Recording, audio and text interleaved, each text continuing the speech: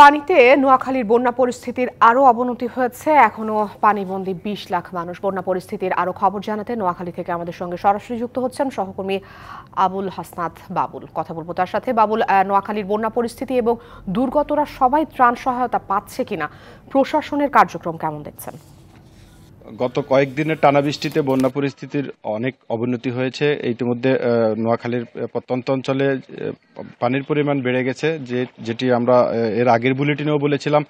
সবচেয়ে বেশি যেই উপজেলাগুলি ক্ষতিগ্রস্ত হয়েছে এবং বন্যার পরিস্থিতি ভয়াবহ হয়েছে সেটি হচ্ছে সেনবাগ উপজেলা, বেগমগঞ্জ সদর উপজেলার কিছু নিম্নাঞ্চল এবং কবিরহাট সহ ৮টি উপজেলা বন্যা পরিস্থিতির অবনতি একেবারে বেশি হয়েছে, যেখানে নিম্নাঞ্চলে ইতিমধ্যে মানুষ খেয়ে না খেয়ে আপনার আশ্রয় কেন্দ্রের দিকে ছুটে চলছে। জেলা প্রশাসন সূত্রে আমরা জানতে পেরেছি ইতিমধ্যে প্রায় ১,০০০-এর উপরের আশ্রয় কেন্দ্রে প্রায় ২ লক্ষাধিকের উপরে মানুষ আশ্রয় নিয়েছেন, যাদের বাড়িঘর ছেড়ে তারা আশ্রয় কেন্দ্রে ছুটছেন শুধুমাত্র পানিবন্দী থেকে বাঁচার জন্য।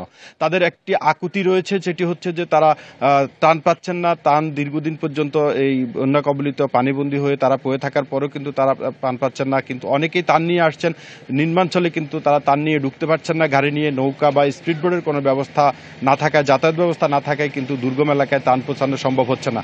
অপরদিকে বিশুদ্ধ পানিরও সংকট রয়েছে। ইতিমধ্যে কিন্তু এই বন্যা কবলিত এলাকাগুলিতে কিন্তু বিশুদ্ধ পানির অভাবে এবং এই বন্যার পানির কারণে অ্যালার্জি, চর্মজনিত রোগেও কিন্তু আক্রান্ত হচ্ছেন মানুষ, এমনটিও খবর আমরা পেয়েছি।